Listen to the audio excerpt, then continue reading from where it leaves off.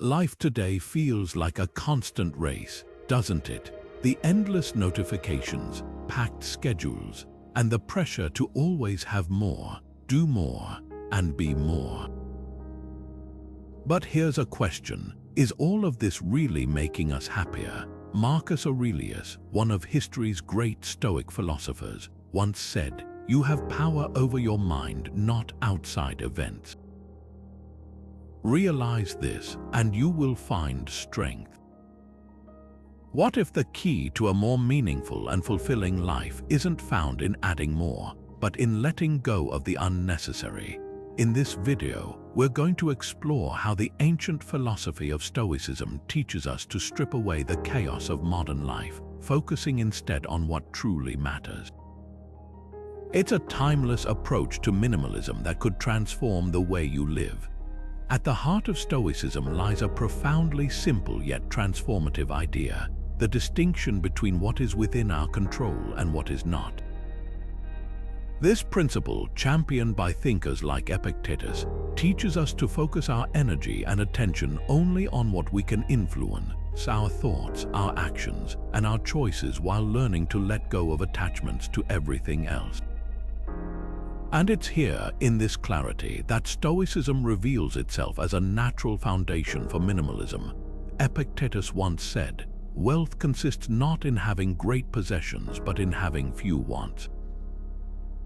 Think about that for a moment. How often do we measure success or happiness by the things we own or the external circumstances we desire? A bigger house, the latest gadget, a more prestigious title at work. Yet none of these things are truly under our control. The Stoics remind us that by chasing what lies beyond our influence, we tether our happiness to fragile and fleeting outcomes, leaving us vulnerable to frustration, disappointment, and anxiety. Instead, Epictetus encourages us to master our desires. This doesn't mean rejecting ambition or denying ourselves entirely, but rather reevaluating what we truly need to thrive. Minimalism, through a Stoic lens, is not about simply owning fewer things. It's about stripping away unnecessary desires and recognizing that much of what we think we need is actually a distraction from what matters most. By focusing on what is essential virtue, character, and the choices within our power, we cultivate a sense of freedom and peace that no possession or external achievement can ever provide. Let's consider an example. Imagine you're saving up for a luxury car. You tell yourself it will bring you joy, confidence, maybe even status. But at its core, the desire for that car might stem from a need for external validation or a belief that material objects can fill an internal void. Now, what happens if you don't get the car, or worse, if you do and it doesn't bring you the fulfillment you expected? By placing your happiness on something outside your control, you've handed over your peace of mind to chance. Minimalism, as guided by Stoic philosophy, invites you to shift that thinking. What if, instead of pursuing the car, you focused on cultivating contentment with what you already have? On appreciating the freedom of not being weighed down by unnecessary possessions or desires. This isn't about deprivation, it's about aligning your life with what truly contributes to your well-being and purpose. And this approach extends far beyond material things. It's about decluttering your mind, your relationships, and even your commitments. Are you overburdened with obligations that don't align with your values? Are you investing time in people or activities that drain you rather than uplift you? Epictetus reminds us that by mastering our desires and focusing only on what we can control, we can simplify our lives in every sense, creating space for what really matters. So take a moment to reflect. How much of your energy is spent worrying about or chasing things you can't control? What might happen if you redirected that energy inward toward your own thoughts and choices? In embracing this Stoic mindset, you might just find that the fewer desires you have, the more abundant your life becomes. Have you ever wondered if the way we live today, always hustling, consuming, and striving for more, is really in harmony with the world around us. Think about it. Modern consumerism often pushes us to chase endless possessions, trends, and comforts, but does any of it actually align with how we, as humans, are meant to live? The Stoics had a clear answer to this. They believed in the idea of living in accord with nature, a principle that offers profound guidance on how to live simply, intentionally, and meaningfully. So, what does living in accord with nature really mean? To the Stoics, it wasn't about abandoning society or retreating into the wilderness, but rather about understanding and embracing the natural order of life. They saw nature as a guide, a blueprint. Humans, as rational beings, are a part of this natural world, and our purpose is to live in harmony with it by prioritizing what's essential and letting go of what's superfluous. At its core, this principle is about aligning our lives with our true nature as rational, social, and virtuous beings. It's a call to strip away the excessive noise of modern life and focus on what sustains both our physical and mental well-being. Consider this: does owning a closet full of clothes you rarely wear or doubling down on technology that only distracts you align with your deeper human needs? The Stoics would argue that these things often create unnecessary complexity, pulling us away from what really matters: connection, purpose, and inner tranquility. Take the example of food. Today, we're often overwhelmed by endless choices, convenience meals, and indulgent treats. Compare this to the Stoic approach, which would advocate for eating simply, in a way that nourishes your body without excess. Not only does this practice align with nature's intent for sustaining life, but it also reminds us how easily our modern desires can spiral into overconsumption. Simplicity doesn't mean sacrifice, it means appreciating what is enough. This idea of living in accord with nature also reflects in how we handle our desires. Consumerism thrives on creating a sense of lack, convincing us that we need more to be happy. But the Stoics challenge us to question those impulses. They ask, is that shiny, new thing really something you need, or is it a distraction from something deeper? By reconnecting with what nature intended for us, to live moderately, focus on virtue, and find joy in simplicity, we free ourselves from the endless cycle of wanting and acquiring. Even in how we structure our days, this principle can guide us. Nature moves in cycles, it rests, renews, and sustains itself with balance. Yet many of us live with no regard for these rhythms, overloading our schedules and neglecting our need for rest and reflection. The Stoics remind us that a life out of sync with nature is a life out of balance. By prioritizing essentials, taking time to reflect, and finding joy in simplicity, we begin to live in a way that feels more natural and ultimately more fulfilling. So ask yourself, does the way you currently live reflect harmony with nature? Are you prioritizing what truly matters, or have you been caught up in the complex, chaotic systems of modern life? The good news is, living in accord with nature doesn't require a drastic lifestyle change. It starts with simple shifts, appreciating what you already have, questioning the things you think you need, and realigning your daily life with what nurtures your mind, body, and soul. Through this Stoic lens, we begin to see that simplifying isn't about losing, it's about gaining clarity, intention, and peace. The Stoics had a remarkable perspective on wealth and material possessions, one that feels especially relevant in today's world of constant consumption. They didn't view wealth as inherently bad, nor did they believe that having possessions was a problem in itself. Instead, they warned about our attachment to these things. It's the clinging, the overvaluing, and the belief that material goods define our worth or happiness that leads us astray. This idea of detachment from material possessions lies at the heart of Stoicism and forms a natural bridge to minimalism. Seneca, one of the wealthiest and most influential Stoic philosophers, had much to say about this. Despite his immense wealth, he often emphasized the fleeting and unreliable nature of material goods.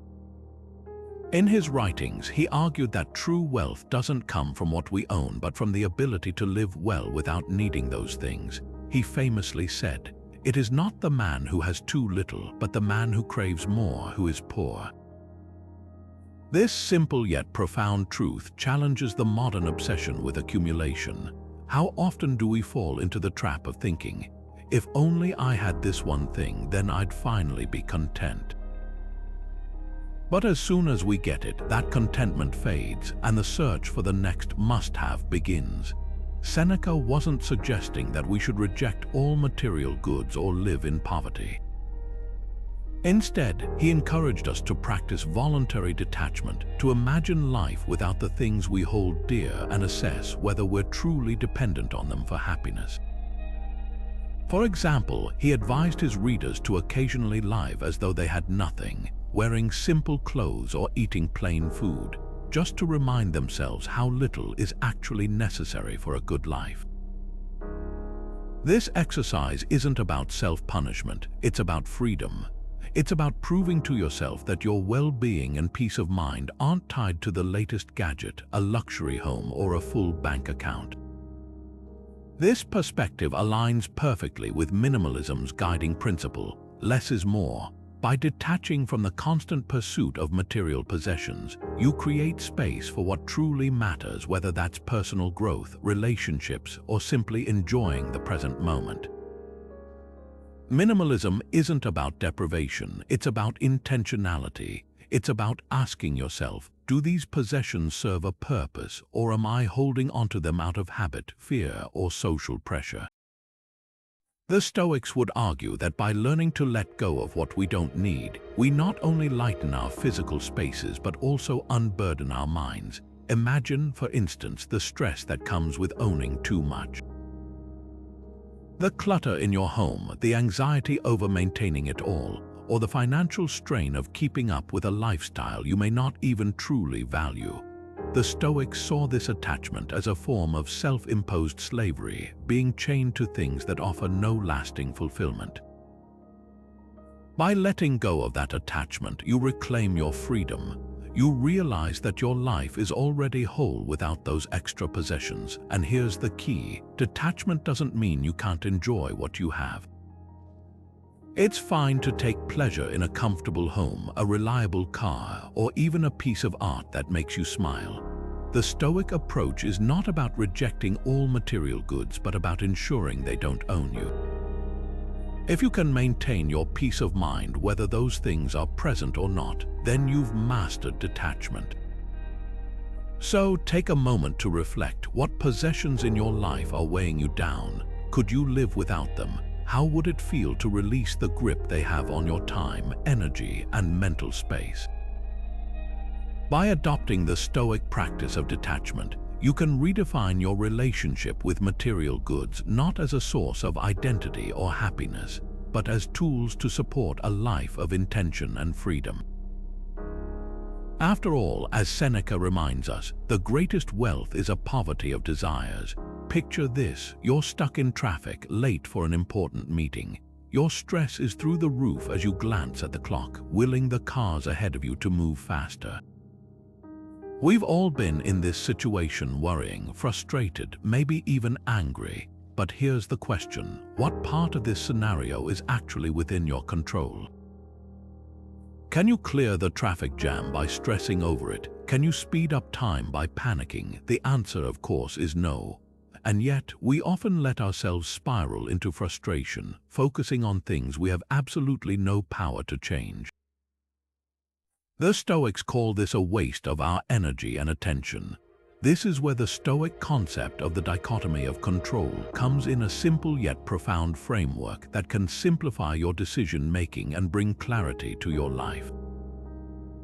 The idea is this: everything in life can be divided into two categories: things that are within your control and things that are not.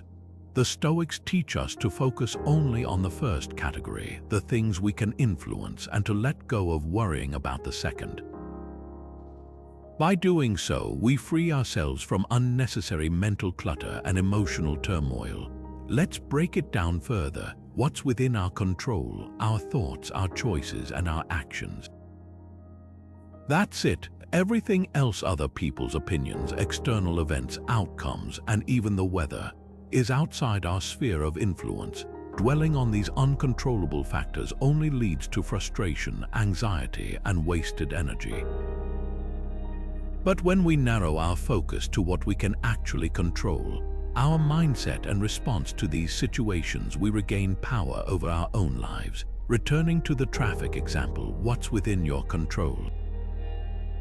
You can't move the cars ahead of you, but you can control your response. Instead of stressing, you could use the time to reflect, practice gratitude, or even listen to a podcast that inspires or educates you.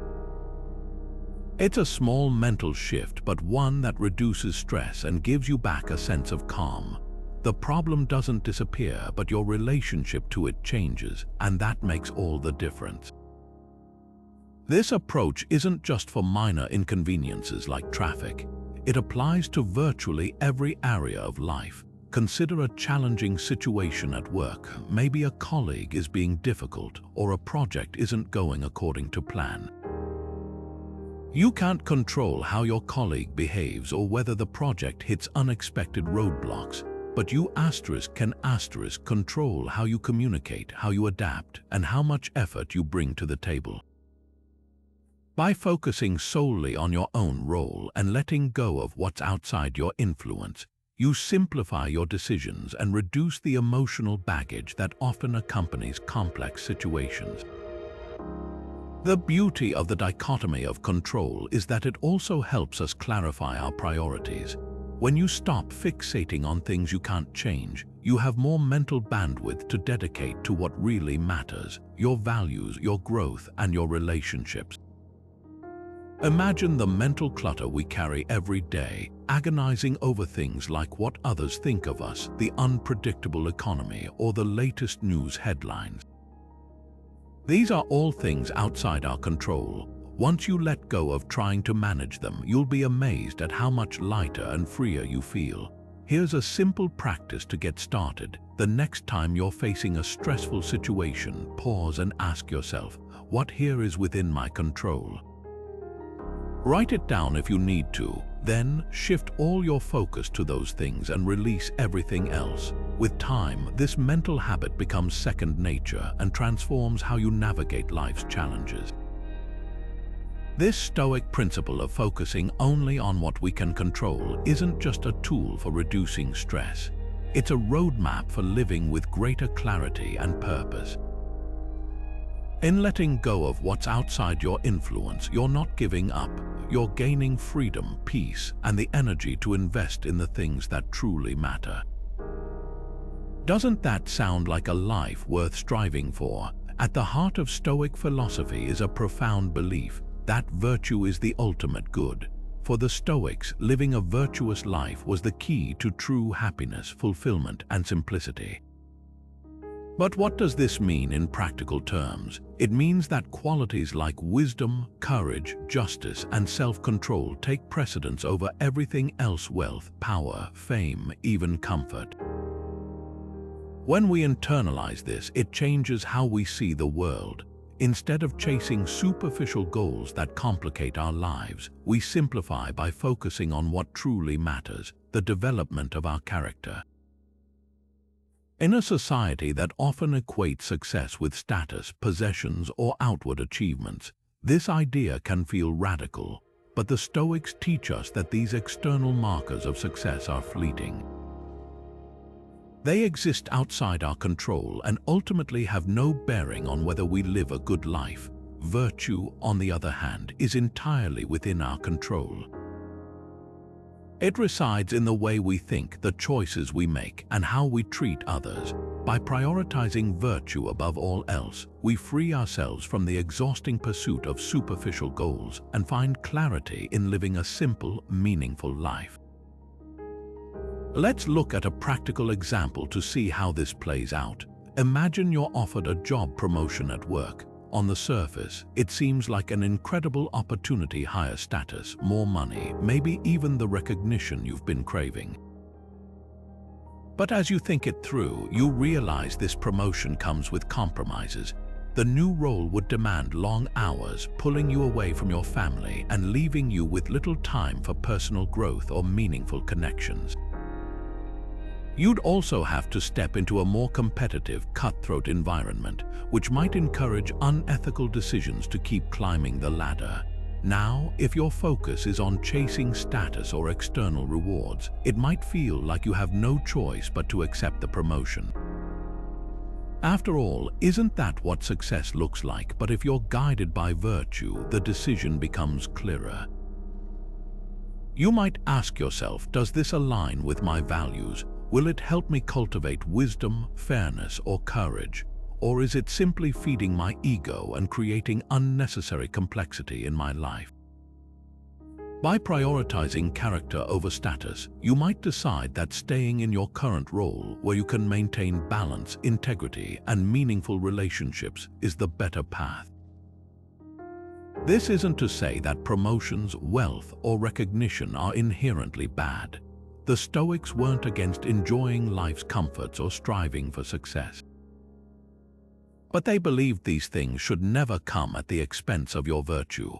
When you anchor your decisions to what builds character rather than what boosts your image or satisfies fleeting desires, you not only simplify your life but also bring it into alignment with your deeper values. Think about how much stress and complexity come from chasing things that aren't tied to virtue. The pressure to keep up appearances, to outdo others, to constantly seek validation, it's exhausting.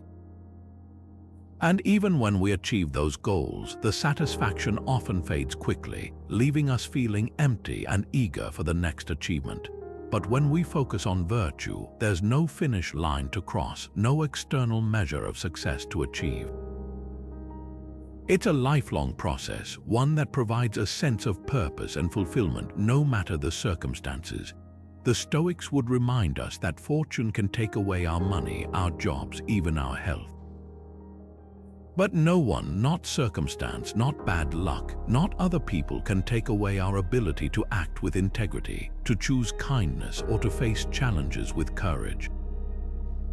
When we make virtue our ultimate goal, we simplify our lives in profound ways.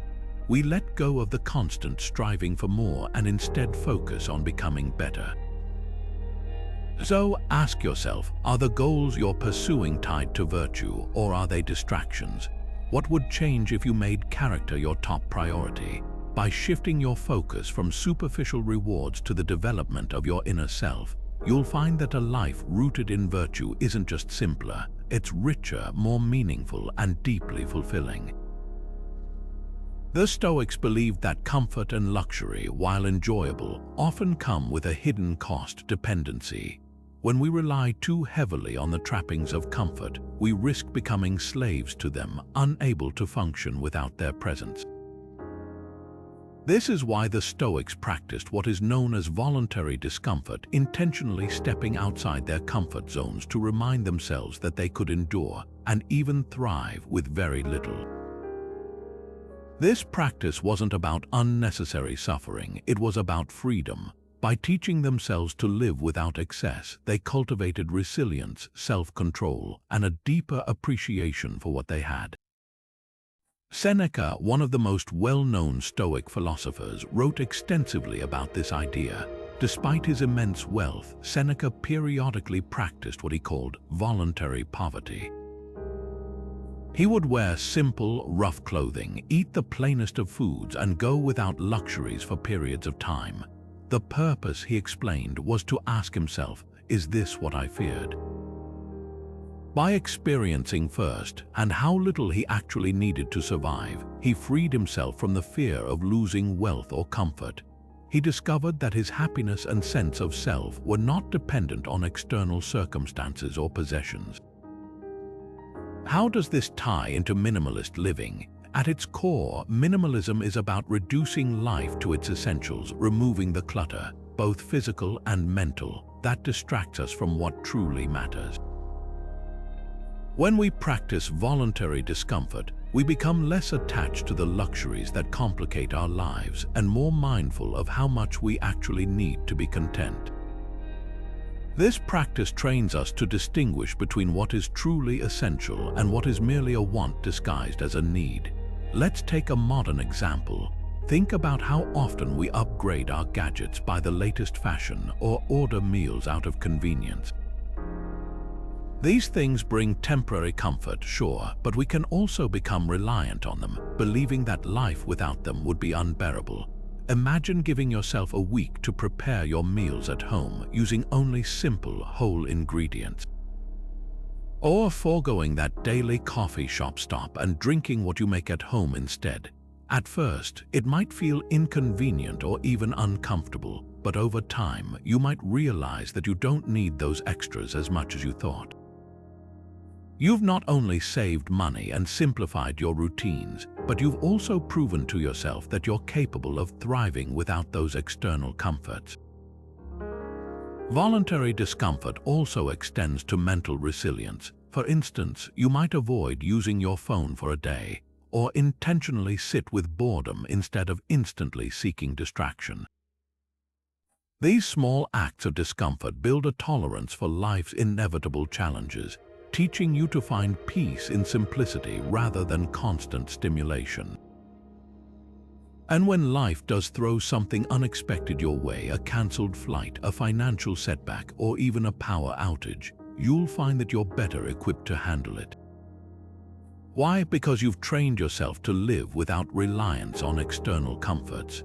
It's important to note that voluntary discomfort isn't about punishing yourself or rejecting joy. It's about intentionally stepping back from excess to strengthen your sense of independence and gratitude. When was the last time you truly appreciated something as simple as a warm bed or a freshly cooked meal? By momentarily living without these things, you rediscover their value, making even the smallest comforts feel abundant. So, how can you embrace voluntary discomfort in your own life? Start small. Maybe it's wearing the same outfit for a week, fasting for a day, or spending a weekend without any screen time.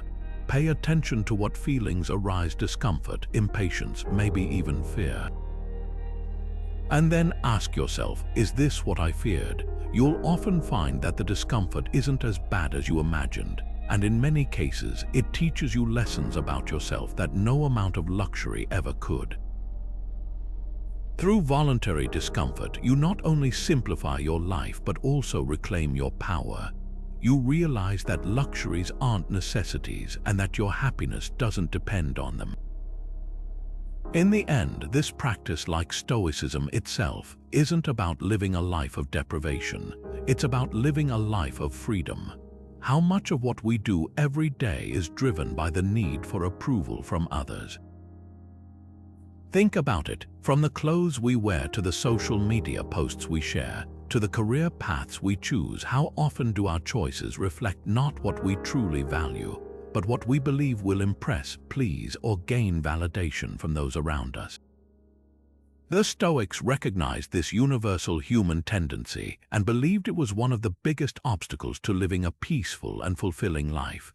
Marcus Aurelius, the Roman emperor and one of the most prominent Stoic philosophers, put it plainly: "It never ceases to amaze me. We all love ourselves more than other people, but care more about their opinions than our own." This insight from Marcus Aurelius gets right to the heart of the problem with seeking external validation. When we allow our self-worth to rest on how others perceive us, we give away control over our happiness. Why? Because other people's opinions are entirely outside of our control. What they think of us can change on a whim, influenced by factors we'll never fully understand or anticipate. Yet, how often do we let the fear of judgment or the hope for praise dictate our actions, even when it conflicts with our own values or beliefs? The Stoics would argue that the key to freedom and, ultimately, simplicity is learning to let go of this need for approval. Instead, they encourage us to focus inward, prioritizing our own growth, integrity, and alignment with our values. Marcus Aurelius reminds us repeatedly in his Meditations that it's not what others think of us that defines our worth, but how we live in accordance with virtue. He writes, "Waste no more time arguing about what a good man should be one." In other words, stop worrying about whether others see you as good, successful, or worthy. Simply focus on being those things in your own eyes. Here's a practical way to apply this. Imagine you're at work and you have an idea for a project. It's something you believe in deeply, but you hesitate to speak up because you worry your colleagues might dismiss it or criticize you. In that moment, you're prioritizing their opinions over your own judgment. A Stoic perspective would nudge you to ask, is this choice about my values or about their approval?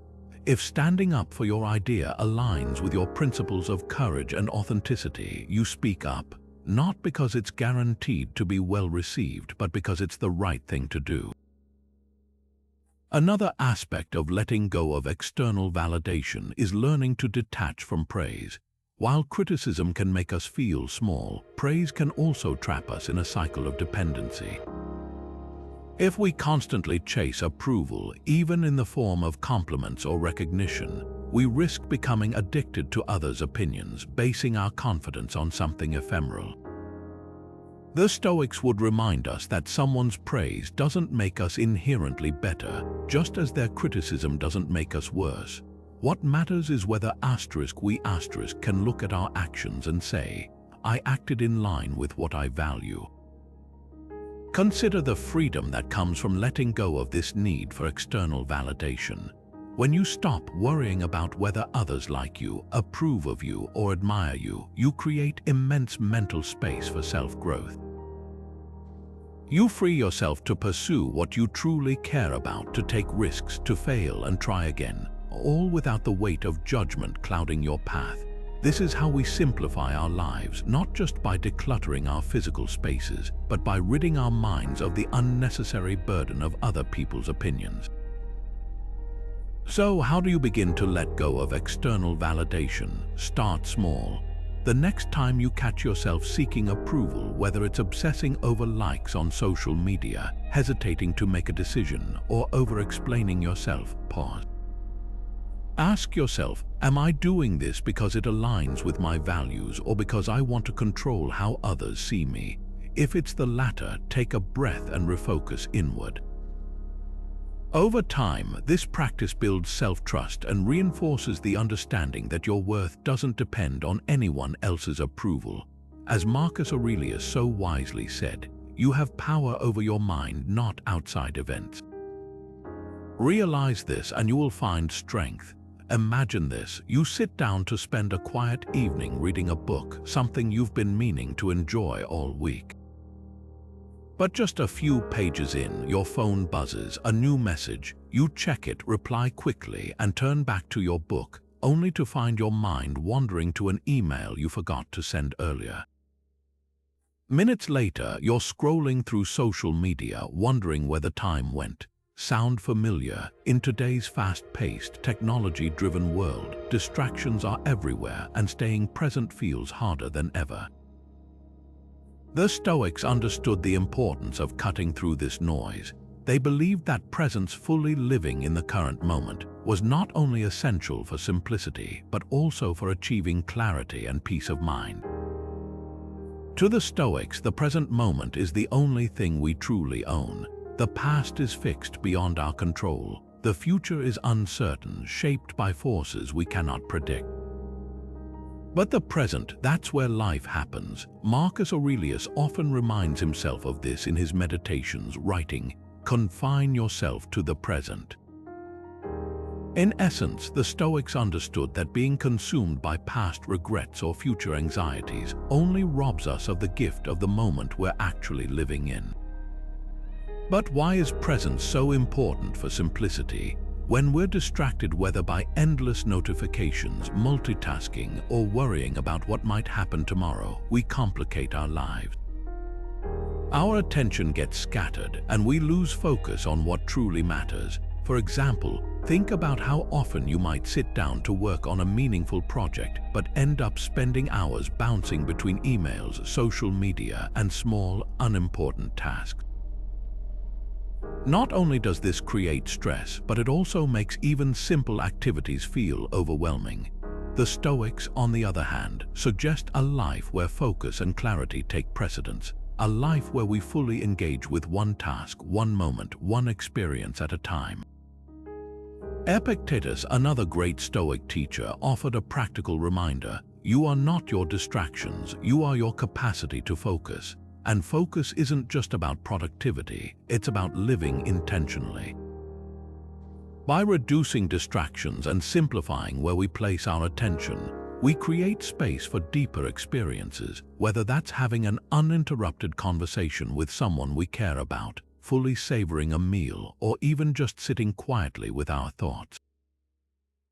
So how can we cultivate this sense of presence in our own lives? One place to start is by recognizing the distractions that pull us away from the moment. Technology often plays a big role here. It's not inherently bad, but without boundaries, it can easily take over. Consider setting intentional limits, turn off unnecessary notifications, create no-phone zones during certain parts of your day, or even set aside time to be entirely unplugged. The goal isn't to reject technology, but to use it more mindfully so it serves you rather than controls you.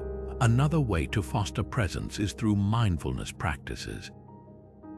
The Stoics didn't call it mindfulness, but their philosophy shares many parallels with the concept. For instance, Marcus Aurelius constantly reminded himself to return to the present, observing his thoughts and actions without judgment. Today, you might practice this by taking a few minutes each day to focus on your breath or to simply notice the sensations around you. The warmth of the sun, the sound of the wind, or the taste of your morning coffee. These small acts of mindfulness help anchor you in the moment and reconnect you with the simplicity of just being. Finally, reflect on what truly deserves your attention. The Stoics believed in intentional living, focusing on what aligns with your values rather than being swept up in trivial matters. When you're present, you gain clarity about what's important and let go of distractions that don't serve you. Over time, this practice simplifies your life, clearing away the mental clutter and helping you find peace in even the smallest moments. So ask yourself, how much of your life is spent lost in distractions? What might happen if you reclaimed that time and energy to focus on what really matters?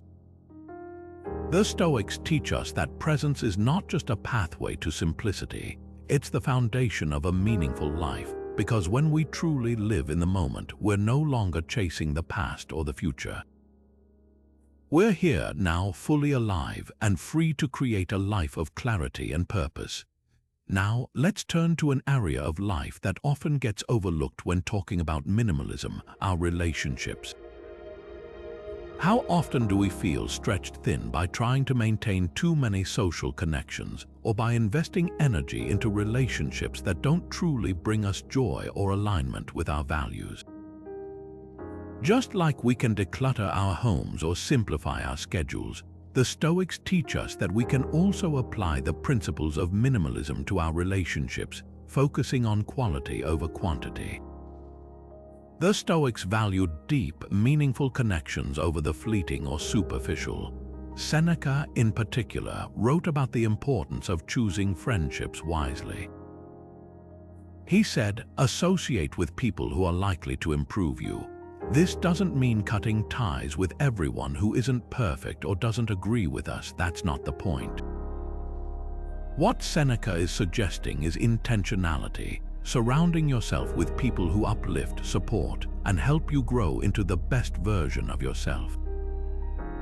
A Stoic minimalist approach to relationships encourages us to prioritize depth, those few connections that add real value to our lives over spreading ourselves thin across countless acquaintances or surface-level interactions. Think about it. In today's world, it's easy to confuse connection with quantity. Social media makes it tempting to measure our worth by the number of followers, likes, or friends we collect. But how many of those connections truly matter? How many of them represent people you can call in a moment of need, or who genuinely see and appreciate the real you? The Stoics remind us that what truly sustains us are the relationships based on trust, honesty, and mutual growth, not the illusion of popularity or the pressure to maintain relationships out of obligation. To live out this principle, we might start by reflecting on the relationships we currently have. Which ones do we nurture because they genuinely bring us joy, support, and a sense of belonging? And which ones feel draining, one-sided, or based on convenience rather than genuine connection? Minimalism in relationships doesn't mean cutting people off harshly. It's about gently reassessing where we give our time and energy. By focusing on a smaller circle of meaningful connections, we can invest more deeply in the people who truly matter rather than spreading ourselves too thin. For example, consider how often we say yes to social obligations out of guilt or fear of disappointing others. We agree to attend events we don't care about or keep up with friendships that no longer align with who we are, all while sacrificing the time we could spend nurturing our closest relationships. The Stoics would encourage us to be mindful of how we spend our social energy. They remind us that saying no to superficial interactions creates room to say yes to the connections that truly matter. And this approach isn't just about others, it's also about the relationship we have with ourselves. When we're constantly pulled in too many directions or distracted by superficial interactions, we lose the ability to connect deeply with our own needs, thoughts, and values. A minimalist approach to relationships allows us to step back, create space, and realign both with ourselves and with the people who add value to our lives. Here's a question to think about. When was the last time you intentionally reflected on the relationships in your life? Which ones leave you feeling energized and supported, and which leave you feeling depleted? By taking a moment to examine these dynamics, you can begin to shift your focus toward connections that align with your values and bring meaning to your life. In the end, minimalism in relationships isn't about having fewer people in your life. It's about having the right people in your life. By embracing this Stoic-inspired approach, you may find that less really is more when it comes to the people we allow into our inner circle. And in nurturing these meaningful bonds, we simplify, strengthen, and enrich our lives in ways that truly last. Imagine a life where, instead of resisting what happens to you, you embrace it fully, even the challenges and setbacks. This might sound impossible after all. Who wants to accept hardship, let alone love it? But the Stoics believed that this mindset, encapsulated in the concept of Amafati or love of fate, is the key to living a simpler, more peaceful life. At its core, Amafati is about not just tolerating what happens to us but embracing it as necessary, as something that contributes to our growth, no matter how difficult it may seem in the moment. Marcus Aurelius, the Roman emperor and Stoic philosopher, often reflected on this idea in his writings. In Meditations he encourages himself, saying, "A blazing fire makes flame and brightness out of everything that is thrown into it." This powerful metaphor illustrates the essence of Amafati. No matter what life throws at us, we have the ability to transform it into something meaningful. Instead of labeling events as good or bad, we approach each situation with neutrality and acceptance, focusing on how we can respond to it in a way that aligns with our values and virtues. So, how does Amafati simplify life? It begins with altering how we perceive events. Think about how much energy we waste wishing things were different, replaying regrets, or worrying about the future. When we resist reality, when we fight against what has already happened or fear what might come, we create unnecessary emotional turmoil. Amafati helps us release this resistance. It doesn't mean we give up or stop striving for change. Rather, it teaches us to approach life's twists and turns with a sense of openness and gratitude, trusting that each experience serves a purpose, even if we can't see it immediately. For example, imagine you're passed over for a promotion at work, something you worked hard for and deeply wanted. Naturally, feelings of disappointment or even anger might arise. Without *Amafati*, it's easy to dwell on the unfairness of the situation, replaying it in your mind and feeling frustrated. But through the lens of *Amafati*, you could instead view this as an opportunity. Perhaps you weren't chosen because there is another path that's better suited for your growth or happiness. Maybe this setback is challenging you to develop resilience, humility, or patience. By accepting the outcome as necessary, even if it feels unpleasant, you shift your energy from dwelling on the why to focusing on the how. How can I grow from this? How can I move forward? This mindset also fosters gratitude. When you choose to love your fate, you gain a deeper appreciation, not just for the joyful moments, but for the struggles as well. Each challenge becomes a teacher, showing you where you can improve, adapt, or strengthen your character. It's about recognizing that everything in life, even the painful experiences, contributes to the person you're becoming. This gratitude simplifies your emotional responses. Instead of being tossed around by frustration, regret, or fear, you find steadiness in accepting life as it is. Now, applying *Amafati* doesn't mean you'll suddenly love every hardship or difficulty overnight. It's a practice that takes time and patience. Start small. The next time something doesn't go your way, a cancelled plan, an unexpected expense, or even a bad day, pause and remind yourself, this is part of my journey. This has a purpose. You don't need to immediately understand why it happened. You simply need to trust that it's part of a bigger picture, one that's guiding you toward growth. By practicing *Amafati*, you simplify life in a profound way. You stop resisting what's outside your control and instead embrace each moment as necessary. This shift not only frees you from unnecessary emotional clutter, but also helps you cultivate a deeper sense of peace and gratitude. As Marcus Aurelius would remind us, accept whatever comes to you, woven in the pattern of your destiny for what could more aptly fit your needs. With *Amafati*, you stop fighting fate and start working with it, turning every event, no matter how challenging, into an opportunity to live with purpose and strength. One of the most powerful lessons the Stoics teach is the discipline of desire and aversion, a concept Epictetus believed was essential to living a focused, purposeful life.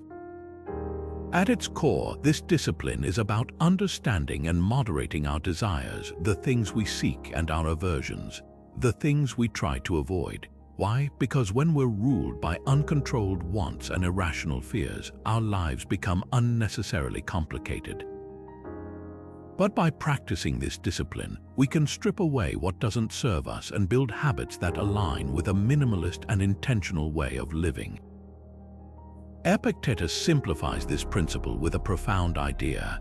Happiness and freedom come from wanting only what is within your control and learning to be indifferent to what is not. The things we typically crave, wealth, possessions, recognition, are all external. They can be taken away in an instant, leaving us perpetually anxious or dissatisfied.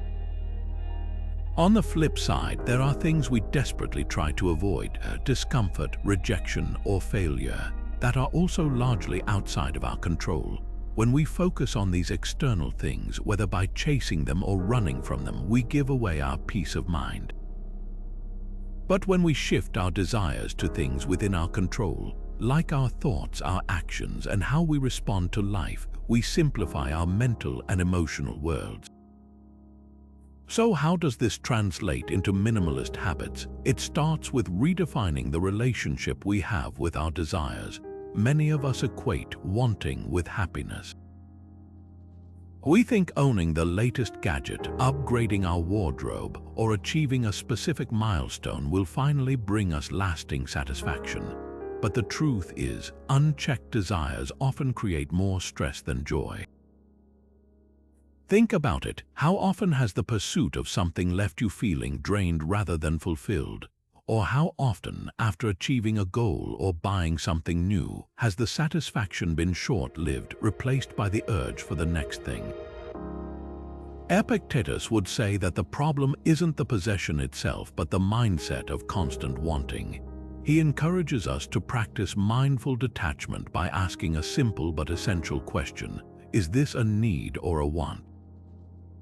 Needs are things that sustain us: food, shelter, meaningful relationships. Wants, on the other hand, are often excesses, the latest trends, impulsive purchases, or things we think we need because of societal pressures. By learning to distinguish the two, we can focus on what's essential and let go of the rest. Here's a practical way to apply this. The next time you feel the urge to buy or pursue something, pause. Ask yourself, will this add lasting value to my life, or is it a fleeting desire? If it's the latter, consider waiting a few days before acting on the impulse. You might find that the desire fades, leaving you with more clarity about what truly matters. This practice isn't about deprivation, it's about being intentional. When you simplify your desires, you create more space for what genuinely enriches your life. On the flip side, the discipline of aversion involves rethinking the things we fear or avoid. Many of us let the fear of discomfort or failure stop us from pursuing meaningful goals or stepping into unfamiliar territory. For example, we might avoid having an honest conversation because we fear rejection, or shy away from quitting a job that no longer serves us because we're afraid of financial uncertainty.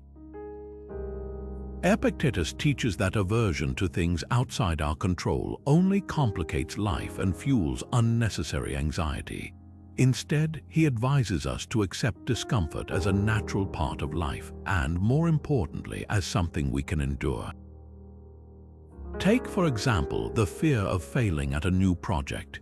Instead of believing that failure is something to be avoided at all costs, ask yourself, what's really at stake? Is this fear keeping me from growth? Often, the worst-case scenario isn't as catastrophic as we imagine, and confronting that fear head-on can lead to strength and resilience. By moderating our aversions, we free ourselves from unnecessary mental barriers and open the door to personal growth. In practicing the discipline of desire and aversion, we simplify not only our external habits but also our internal mindset. We begin to see that happiness doesn't come from endless accumulation or avoidance, but from focusing on what truly matters. By distinguishing needs from wants and letting go of the fears that hold us back, we align ourselves with the Stoic ideal of living a purposeful, minimalist life. Imagine the freedom of wanting less and fearing less, and instead being content with what's within your control. That's the power of this Stoic principle and the key to living simply and intentionally. Have you ever noticed how the excitement of getting something new wears off far more quickly than you expect? It might be a new phone, an expensive watch, or even that dream vacation. When you first get it, the joy is intense, almost electrifying. But before long, that shiny object becomes just another part of your routine, its thrill fading into the background as you begin searching for the next thing to chase. This is hedonic adaptation, the human tendency to return to a baseline level of happiness no matter how many external pleasures we acquire. It's like being on a treadmill, constantly running but never quite arriving. The Stoics understood this cycle well, long before psychologists gave it a name. Seneca, in particular, warned of the dangers of luxury and indulgence, not because wealth or comfort are inherently bad, but because they enslave us to an endless quest for more. He wrote, "It is not the man who has too little, but the man who craves more that is poor." Think about that for a moment. True poverty, in Seneca's eyes, isn't about lacking material wealth. It's about being trapped in a mindset of perpetual craving, where no amount of possessions or experiences can ever fully satisfy you. Stoicism offers a powerful antidote to this cycle by shifting our focus away from external pleasures and teaching us to find joy in the essentials. The key is gratitude and learning to appreciate what we already have. Instead of constantly looking outward for things to make us happy, the Stoics encourage us to turn inward, cultivating contentment and fulfillment from within. Marcus Aurelius reminds us of this in his Meditations when he writes, "Very little is needed to make a happy life. It is all within yourself, in your way of thinking." This idea is both liberating and simplifying. When you realize that happiness is about your mindset, not your external circumstances, life becomes much less cluttered by the constant pursuit of fleeting pleasures. But how can we apply this practically? One Stoic exercise involves intentionally practicing moments of deprivation to recalibrate our appreciation for the basics. Seneca often advised his students to temporarily forego luxuries, to eat simple meals, wear plain clothing, or sleep on the floor, reminding themselves that they can endure far less than they believe they need. This isn't about punishing yourself. It's about breaking free from the illusion that comfort and luxury are essential for contentment. Imagine skipping your favorite gourmet coffee in the morning for a week, opting instead for something simpler. By doing so, you'll not only realize how little you truly need, but when you eventually return to that coffee, you'll savor it in a way you hadn't before. Another way Stoicism combats hedonic adaptation is by teaching us to value what's permanent over what's temporary. External pleasures, new gadgets, trendy clothes, extravagant meals are inherently fleeting. They lose their shine because they're designed to be replaced, upgraded, or outdated. The Stoics encourage us to focus on things that don't lose value over time, like relationships, personal growth, or cultivating virtues such as kindness, patience, and gratitude. These are pursuits that not only align with a simpler life, but also provide a deeper and more lasting sense of fulfillment. Let's also consider the idea of finding joy in nature and the experiences that cost us nothing. The Stoics often drew inspiration from the natural world as a reminder of life's simplicity. Watching a sunrise, feeling the breeze on your face, or listening to the sound of rain, all of these moments are inherently free and yet profoundly enriching when approached with an open, grateful mind. The more we appreciate these simple, essential joys, the less we feel the pull of materialistic desires. Overcoming hedonic adaptation isn't about rejecting all comforts or pleasures. It's about freeing yourself from their grip. It's about stepping off the treadmill of craving and learning to savor what's already in front of you. As Seneca reminds us, it is the mind that creates our wealth. By embracing this Stoic wisdom, we simplify our lives and find a deeper, more sustainable form of happiness.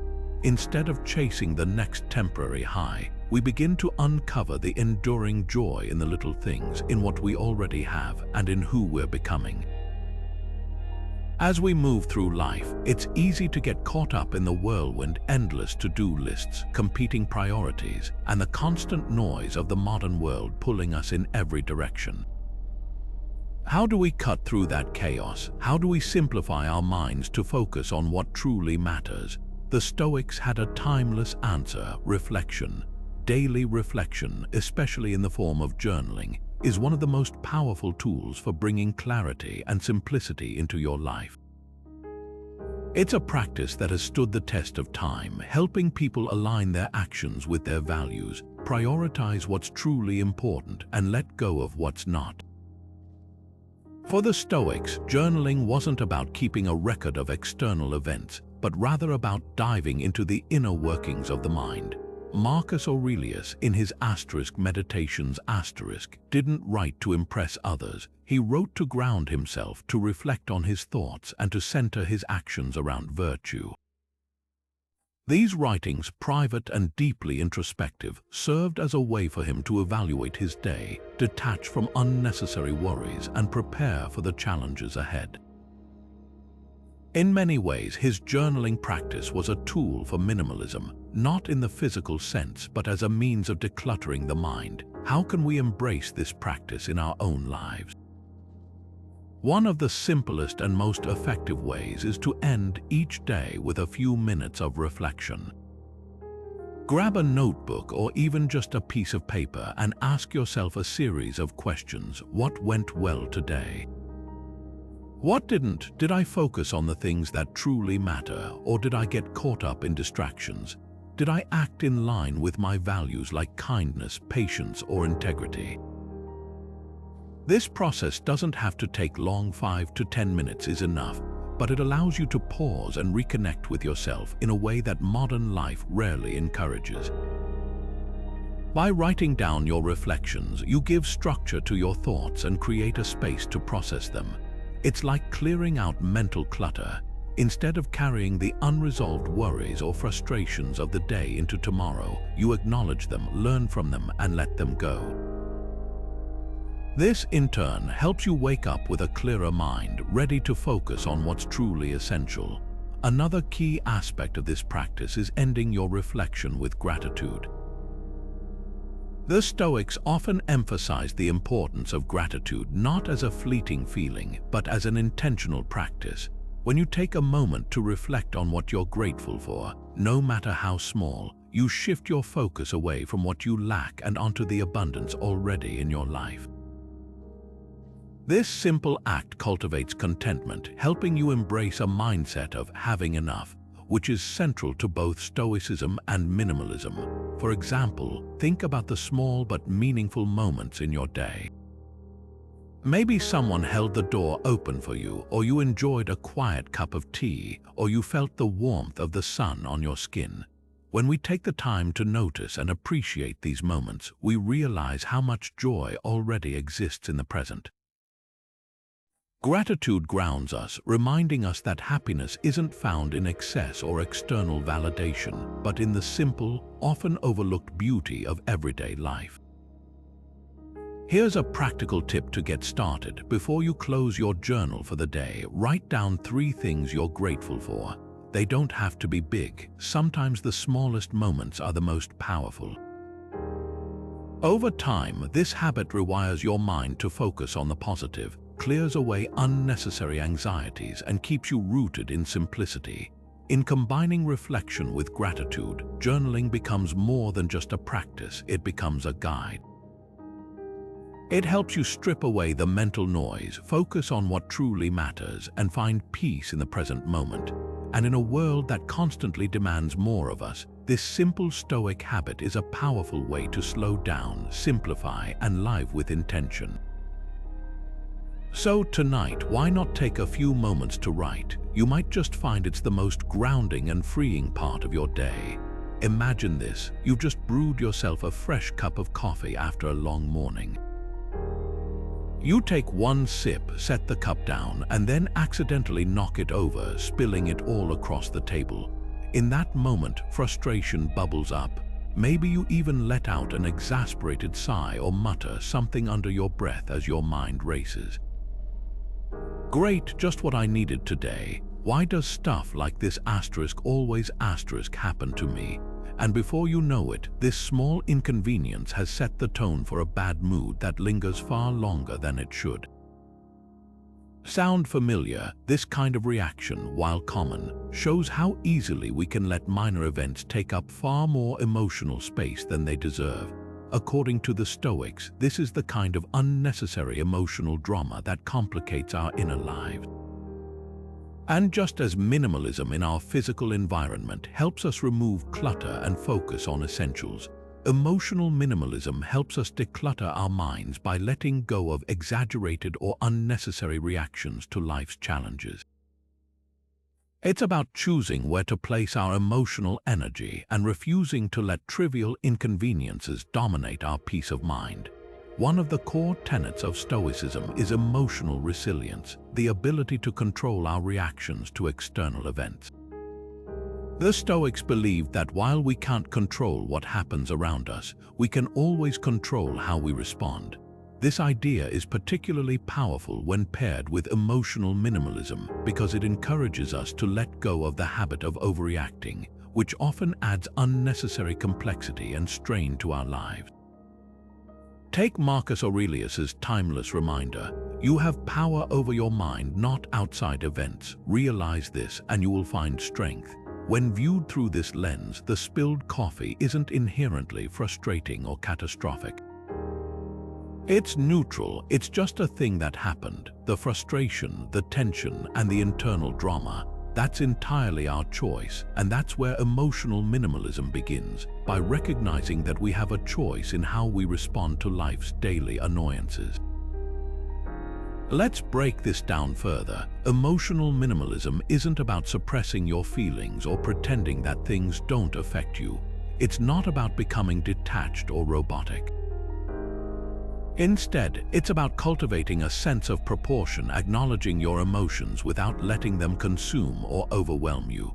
For instance, in the case of the spilled coffee, emotional minimalism would look like pausing, taking a deep breath, and calmly cleaning it up, knowing it's not worth derailing the rest of your day. It's a small act, but one that reflects a deeper mindset shift. The Stoics also teach us to examine the stories we tell ourselves about events. Often, it's not the event itself that creates drama, but the narrative we attach to it. Take the example of waiting in a long line at the grocery store. Without realizing it, your thoughts might spiral into frustration. Why is this taking so long? Don't they know I'm in a hurry? Why do I always pick the slowest line? This inner dialogue adds emotional clutter to an otherwise simple situation. The Stoic approach would be to challenge these thoughts. Why let a minor delay create major tension? Instead, use the moment to practice patience or mindfulness, shifting your focus from frustration to acceptance. Emotional minimalism also extends to how we handle interpersonal conflicts. How often do we let a misunderstanding with someone fester into days of resentment or replay an argument in our minds for hours on end? The Stoics remind us that holding onto these negative emotions doesn't serve us. Marcus Aurelius advises, when you are offended at any man's fault, turn to yourself and ask if you have not committed the same fault. This teaching encourages humility and forgiveness, key components of emotional minimalism that help us move through life with less baggage.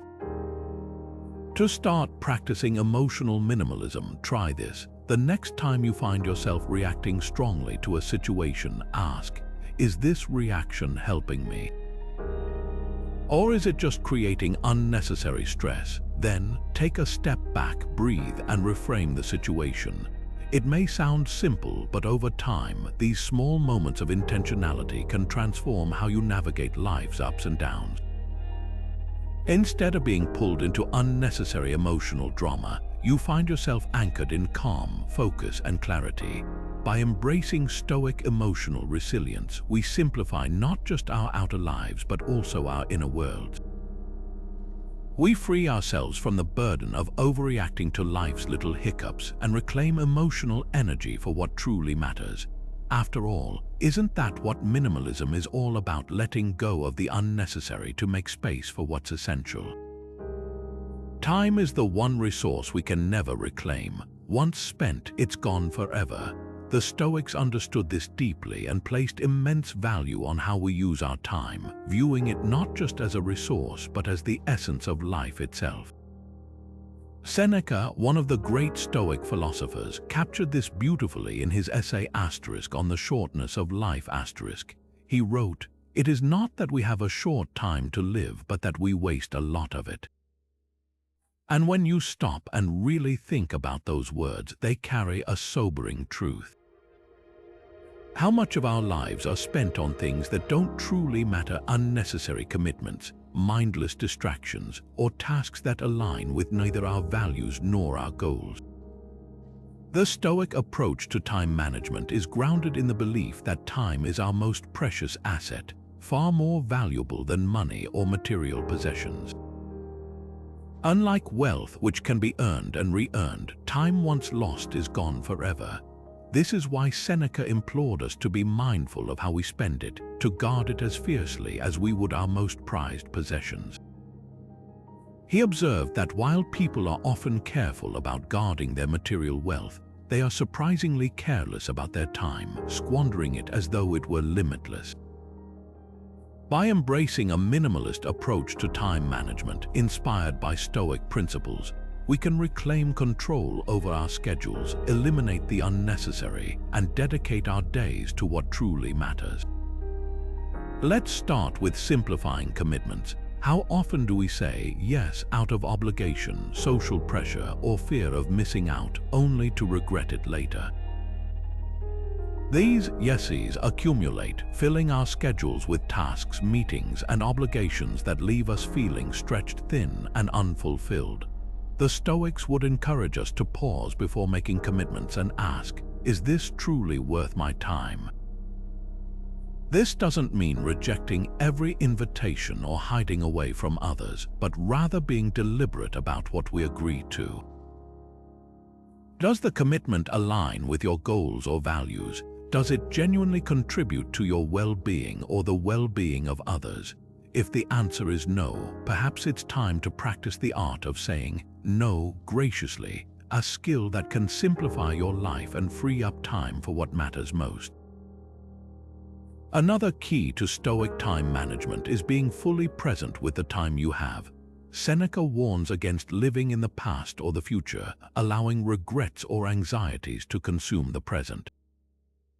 He writes, life is long if you know how to use it. This means that even small, everyday moments can feel abundant if approached with mindfulness and intention. For example, instead of rushing through your morning coffee while scrolling through your phone, take a few minutes to savor it. Instead of multitasking during a conversation, focus entirely on the person in front of you. These small shifts in focus allow us to experience time more fully, adding depth and richness to our day-to-day lives. One way to simplify your time is to periodically review your schedule. Look at how you're spending your days. Are there recurring activities or tasks that no longer serve you? Perhaps there are hobbies you no longer enjoy or routines that feel more like obligations than sources of joy. By trimming what's unnecessary, you create space for the things that align with your purpose. The goal isn't to fill every free hour with productivity, it's to prioritize what is meaningful, whether that's time with loved ones, personal growth, or simply moments of rest and reflection. Finally, the Stoics remind us that procrastination is one of the biggest thieves of time. We often tell ourselves that we'll start that project tomorrow or pursue our dreams when the time feels right. But Seneca challenges this mindset, stating, "You are living as if destined to live forever. The truth is, none of us know how much time we have left." By postponing what matters, we risk losing our chance to live a fulfilled life. A minimalist approach to time management means acting with urgency, not in a frantic or rushed way, but with clarity and purpose, knowing that every moment counts. So, as you think about your own day, ask yourself, are you spending your time on what truly matters? Are you guarding it as the precious resource that it is? By embracing the Stoic wisdom of valuing time, simplifying commitments, and living intentionally, you can transform not just how you manage your schedule, but how you experience life itself. Time, as the Stoics remind us, is life, and there's no greater act of simplicity than learning to use it well. Gratitude, it's a word we hear often, but how often do we truly pause to reflect on it? In today's world, where we're constantly encouraged to chase the next goal, upgrade to the newest gadget, or achieve more status, gratitude can feel like an afterthought. But for the Stoics, gratitude wasn't just a fleeting emotion or a polite thank you. It was a central practice, a mindset that could transform how we view our lives and ultimately simplify them. By fostering gratitude for what we already have, The Stoics believed we could break free from the exhausting cycle of constant pursuit and find contentment in the present. The endless chase for more isn't new, it's deeply human, but stop for a moment and ask yourself, when is more ever really enough? Think about the last time you achieved something you'd been working toward, or treated yourself to something you really wanted.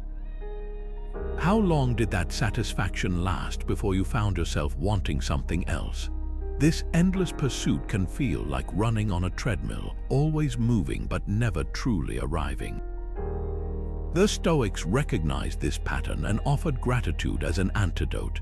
By shifting our focus from what we lack to what we already have, we not only simplify our desires but also cultivate a sense of abundance, no matter our circumstances.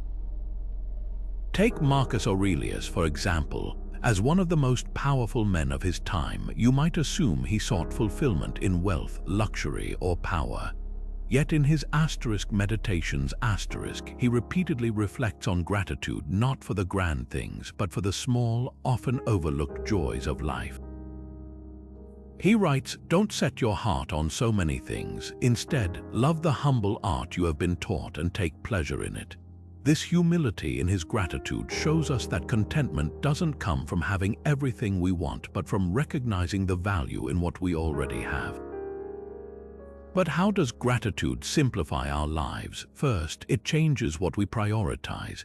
When we're focused on appreciating the blessings around us, our relationships, the roof over our heads, the food on our table, we stop feeling as though we're missing out.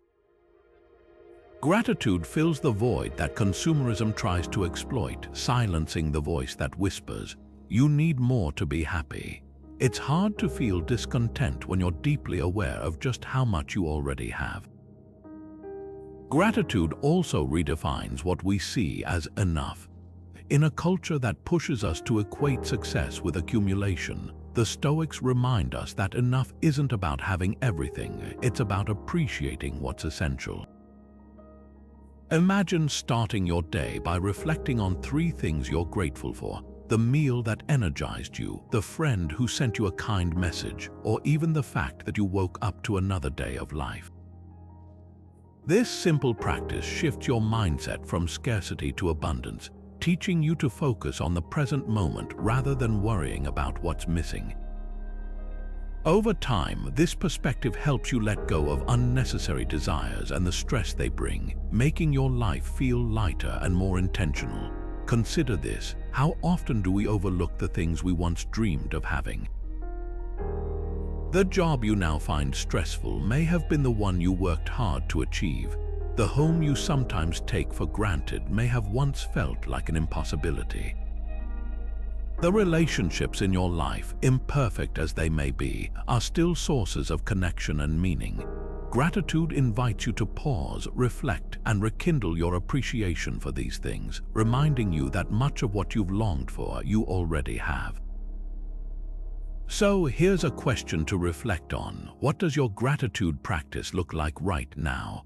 Do you take time to acknowledge the good in your life, or are you caught in the endless loop of seeking more? If gratitude isn't yet a regular part of your routine, consider starting small. At the end of each day, jot down 3 things you're grateful for, no matter how simple. It's not the size of the gratitude that matters, it's the habit. This practice, while humble, can profoundly shift your perspective, helping you see that simplicity isn't about having less, it's about appreciating more. The Stoics knew that gratitude isn't just a nicety, it's a way of life. It's the foundation for simplifying our desires, freeing ourselves from unnecessary striving, and finding peace in the present moment. After all, when you truly appreciate what you already have, you realize that you might not need much more at all. At its core, minimalism isn't just about decluttering your closet or owning fewer things. It's about creating space for what truly matters.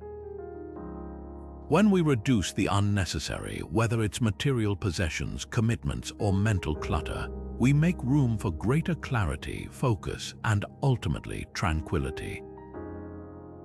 The Stoics believed that this inner peace or tranquility was one of the highest states we could achieve, a calm mind that remains steady no matter what life throws our way. But what's fascinating is how closely this ideal aligns with the principles of minimalism. By stripping life down to its essentials, we walk a path toward a quieter, more content inner world. Epictetus, one of the most influential voices in Stoicism, put it simply: freedom is the only worthy goal in life. It is won by disregarding things that lie beyond our control. To achieve this freedom, we must first recognize how much the excess in our lives, both physical and mental, anchors us to stress and distraction. Think about it. When your home is filled with clutter, it's not just your physical space that feels crowded, it's your mind too. Every item demands a small piece of your attention. Similarly, when our days are packed with obligations or when we ruminate on worries, we create emotional noise that leaves little room for peace. The Stoics understood this and encouraged us to clear away everything that doesn't serve our higher purpose. Consider how reducing material possessions contributes to tranquility. When our environment is free from unnecessary clutter, we give our minds fewer distractions.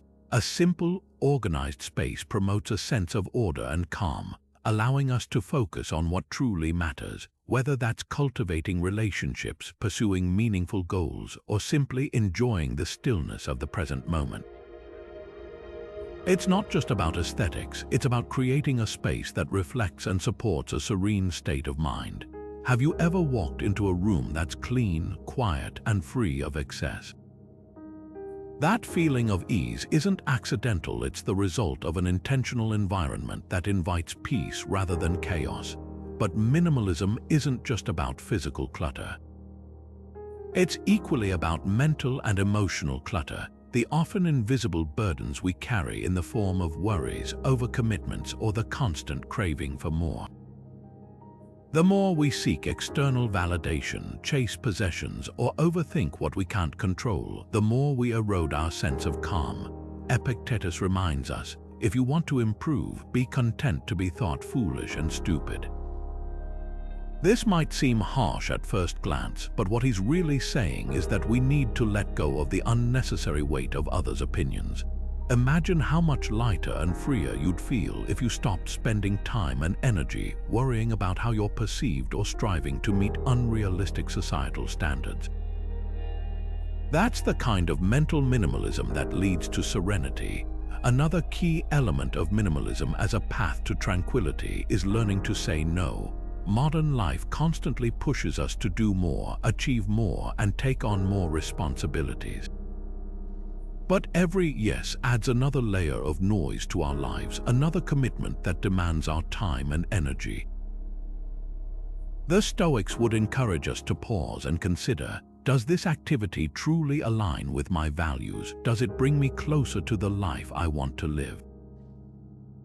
By only saying yes to what's essential, we simplify our schedules and create a sense of spaciousness in our days, a rare and precious feeling in today's world. Ultimately, minimalism allows us to align our lives with the Stoic pursuit of tranquility.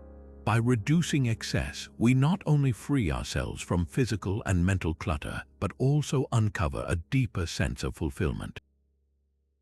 We learn to let go of distractions, focus on what matters most, and find peace in the simplicity of the present.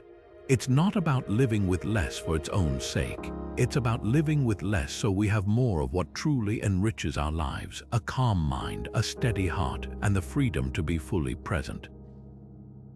As Epictetus might remind us, the pursuit of tranquility begins not with adding but with subtracting. When we simplify our lives, we're not just clearing away physical clutter or freeing up more time in our schedules, we're creating the mental and emotional space to focus on what truly matters. For the Stoics, what truly matters is virtue, courage, wisdom, justice, and self-control. These are the pillars of Stoic philosophy and the ultimate aim of a life well lived. But in a world filled with distractions, excessive commitments, and the constant pull of material desires, how often do we find ourselves truly focusing on these virtues? This is where minimalism becomes more than just a lifestyle choice. It becomes a pathway to practicing and embodying these virtues more fully. Let's begin with courage. On the surface, courage might seem like something we only need in moments of great difficulty or crisis. But in reality, courage is something we're called to practice every day. It takes courage to stand up for what you believe in, to have difficult conversations, or to pursue a meaningful path that might not align with societal expectations. When your life is cluttered, whether with possessions, obligations, or distractions, you have less bandwidth to act with courage. Why? Because you're weighed down by the noise of unnecessary concerns. By simplifying your life and focusing on what's essential, you create the clarity and strength needed to face challenges head-on. For instance, imagine you're feeling unfulfilled in your current job. Deep down, you know it's not aligned with your values or long-term goals, yet you stay because the thought of change feels overwhelming. Perhaps it's the financial commitments tied to maintaining a certain lifestyle, or the fear of stepping into the unknown. Simplifying your life, paring down expenses, letting go of material comforts that no longer serve you, can give you the freedom and confidence to make courageous decisions. When you're no longer tethered to the unnecessary, you're better equipped to choose what aligns with your higher purpose. Now let's look at wisdom, another cornerstone of Stoic virtue. Wisdom is the ability to see things clearly, to understand the nature of what is within your control and what is not. Simplifying your life helps cultivate this clarity by removing distractions that cloud your judgment. Think about how often we're bombarded with information, news, advertisements, social media, all competing for our attention. When your mind is overwhelmed, it's harder to step back, reflect, and make thoughtful decisions. Minimalism, by contrast, encourages mindfulness and focus. You spend less energy managing the trivial and more time considering what truly matters. Consider a practical example: the decision to simplify your digital life. By reducing the number of apps on your phone, limiting your screen time, or taking a break from social media, you create space for deeper reflection. Instead of scrolling mindlessly through endless feeds, you might spend that time reading a book, journaling, or simply sitting in quiet contemplation. These small shifts allow you to develop wisdom, not just intellectual knowledge, but the practical kind that helps you live a better, more intentional life. Justice and self-control, too, benefit from a simplified life. Justice, in the Stoic sense, is about treating others fairly and contributing to the common good. When we're consumed by our own busyness or preoccupied with accumulating more, it's easy to overlook how our actions affect others. Simplifying your life can help you focus on giving back, whether that's through acts of kindness, volunteering, or simply being more present in your relationships. And self-control, minimalism is practically built on it. It's the ability to say no to unnecessary desires, to resist the pull of instant gratification, and to act in line with your values rather than your impulses. For example, practicing self-control might mean resisting the urge to buy things you don't truly need. At first, this might feel restrictive, but over time it becomes empowering. Each time you exercise self-control, you strengthen your discipline and remind yourself that happiness doesn't come from possessions. It comes from living in alignment with your principles. Simplifying your life isn't just about having less, it's about uncovering more: the courage to face challenges, the wisdom to make thoughtful choices, the justice to act with compassion, and the self-control to live intentionally. By embracing minimalism, we create the space to focus on these virtues, transforming not only how we live, but who we are. So, ask yourself, what could you let go of today to make more room for virtue in your life? You wake up to another packed day, the alarm on your phone rings, and before you've even had time to stretch, you're scrolling through social media. flawlessly curated photos of vacations, luxury outfits, and picture-perfect moments flood your feed. A reminder pops up about a work deadline, and you groan, wondering how you'll have time to tackle everything today. Meanwhile, your inbox is overflowing, your closet is stuffed with clothes you rarely wear, and your to-do list never seems to get shorter. There's this constant pressure to keep up, to earn more, achieve more, buy more, and be more. By the time you collapse into bed at night, you're exhausted, but you still feel like you're falling behind. Does this sound familiar? Modern life often feels like a race we never agreed to run. We're bombarded with messages about what success looks like: the latest gadgets, a bigger house, a more prestigious job. We measure ourselves against others, scrolling through highlight reels that make us wonder if we're doing enough. And the result, a crushing weight, one that's not just physical in the form of possessions, but also mental and emotional. The Stoics recognized this burden long before the age of social media or the modern rat race. They understood that the endless pursuit of wealth, status, and external validation leads not to happiness, but to anxiety and dissatisfaction. And they offered a path out: minimalism, not just as a lifestyle, but as a tool for freedom. For the Stoics, freedom wasn't about accumulating riches or rising to the top of society. True freedom was much deeper. It was the ability to live in peace, unshackled by desires for things you didn't need or the opinions of others. Epictetus said it best: wealth consists not in having great possessions, but in having few wants. When we let go of the compulsion to constantly consume, to compare, or to seek status, we liberate ourselves from the demands of society and reconnect with what truly matters. Think about all the energy spent chasing external markers of success. The long hours at work to afford a bigger car, the mental strain of keeping up appearances, the money spent on things that bring only fleeting joy. What if, instead of living according to these societal expectations, you shifted your focus inward? Minimalism invites us to simplify, to cut away the distractions of consumption and comparison, and to discover the freedom of living with less. For example, imagine reassessing your possessions. How much of what you own truly adds value to your life? The clothes you never wear, the gadgets collecting dust, the trinkets filling your shelves. These things don't just take up physical space, they take up mental space as well. By letting go of what's unnecessary, you lighten your load not just physically but emotionally. Each item you release is one less thing to maintain, worry about, or compare to what others have. But it's not just about possessions. Minimalism also frees us from the burden of status and comparison. The Stoics remind us that what others think of us is beyond our control, and basing our self-worth on external validation is a recipe for unhappiness. When you embrace minimalism, you stop measuring your value by how you stack up against others. Instead, you focus on internal growth, on cultivating virtues like wisdom, courage, and kindness. And in doing so, you reclaim your self-worth from the shifting sands of societal expectations. Minimalism is empowering because it transforms how you approach life.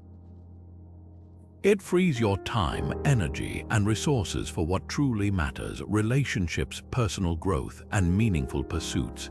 It allows you to step off the treadmill of more and find contentment in the simplicity of enough. The result, a life that feels lighter, fuller, and uniquely your own. So, here's a question to ponder. What are you carrying right now physically, mentally, or emotionally that isn't serving you?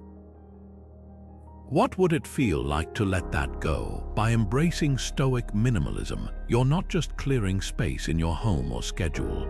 You're breaking free from the chains of consumption, comparison, and status, and stepping into a life of true freedom. And isn't that the kind of life we all deserve? One of the most profound insights the Stoics offer is the ability to shift our mindset to see the world, our challenges, and even ourselves through a clearer, more intentional lens. This ability to transform the way we think is at the heart of Stoic philosophy, and it's the foundation for creating a simpler, more meaningful life. When we internalize Stoic principles like resilience, focus, and perspective, we naturally begin to strip away the excess, both external and internal, and live with more purpose.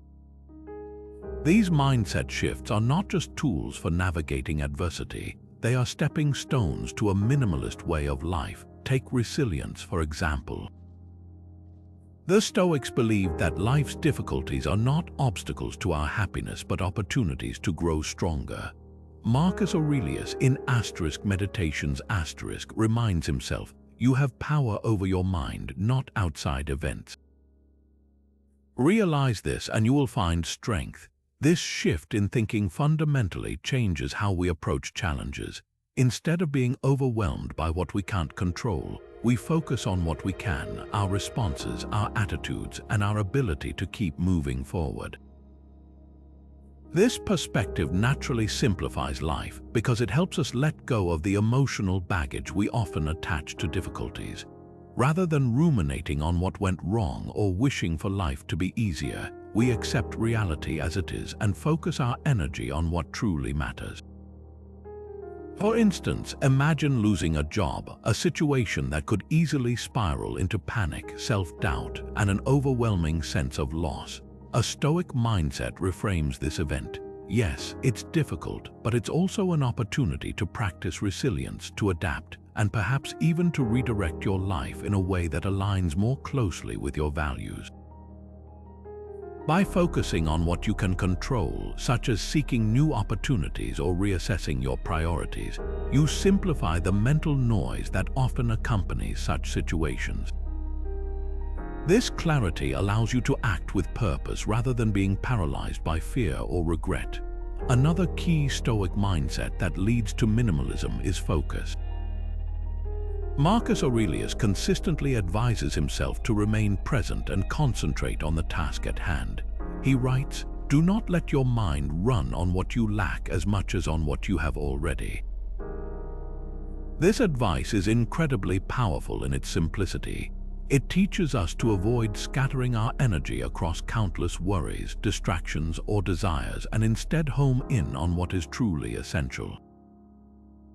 When we practice this kind of focus, we naturally eliminate the clutter, whether it's unnecessary possessions, commitments, or even unproductive thoughts, that diverts our attention from what truly matters. In today's fast-paced world, this focus is more relevant than ever. We are constantly bombarded with notifications, advertisements, and endless demands on our time and energy. A Stoic approach invites us to pause and ask, what is actually important here? What deserves my attention? By fostering a disciplined focus, we begin to filter out the noise, creating more space for meaningful work, deeper relationships, and moments of peace. This is minimalism in its purest form, not just owning less, but wanting less, doing less, and being fully present in the essentials. Finally, the Stoic practice of maintaining perspective is a profound tool for simplifying life. Marcus Aurelius often reminds himself to step back and consider the grander picture. In one passage he writes, "You could leave life right now. Let that determine what you do and say and think." While this may sound stark, it's actually an invitation to focus on what is most important. When we remind ourselves of life's brevity, the petty annoyances, material pursuits, and trivial worries that consume so much of our energy suddenly feel insignificant. What matters instead are the things that truly endure our character, our relationships, and the way we choose to live each day. This perspective teaches us to prioritize what we would later look back on with pride or gratitude, not what fleetingly entertains or distracts us. It's a mindset that naturally aligns with minimalism, helping us to shed the unnecessary and embrace the essential. So, how can we begin adopting these Stoic mindsets in our daily lives? It starts with small, intentional shifts. The next time you face a challenge, ask yourself, what part of this is within my control? When you feel overwhelmed by distractions, pause and refocus on one meaningful task. And when you find yourself caught up in trivial concerns, take a step back and consider, will this matter in the grand scheme of things? Each of these practices brings you closer to the resilience, focus, and perspective the Stoics prized, and in turn to a life that is simpler, freer, and more fulfilled. When we bring Stoicism and minimalism together, we uncover something truly transformative, a framework for living not just a simpler life, but a more intentional and fulfilling one. Through Stoicism, we gain the wisdom to focus only on what's within our control, embracing life's challenges with resilience and clarity. And through minimalism, we clear away the clutter, both physical and mental, that often distracts us from what truly matters. Together, these philosophies teach us that the key to a meaningful life doesn't lie in having more, achieving more, or constantly chasing the next thing. Instead, it lies in cultivating virtue, appreciating what we already have, and investing our time and energy in the essentials. Imagine a life where you feel free from the constant pressure to keep up, where your happiness isn't tied to possessions, status, or external validation. A life where you wake up each day with a sense of purpose, knowing that your choices are aligned with your values. That's the life Stoicism and minimalism invite us to create. They remind us that fulfillment doesn't come from adding more, but from letting go of what's unnecessary, whether that's material goods, toxic relationships, or unproductive habits, and focusing on what truly enriches us, like meaningful work, strong connections, and inner peace. As we've explored, the Stoics taught us to embrace simplicity, to let go of desires that lead to emptiness, and to approach life's challenges as opportunities for growth.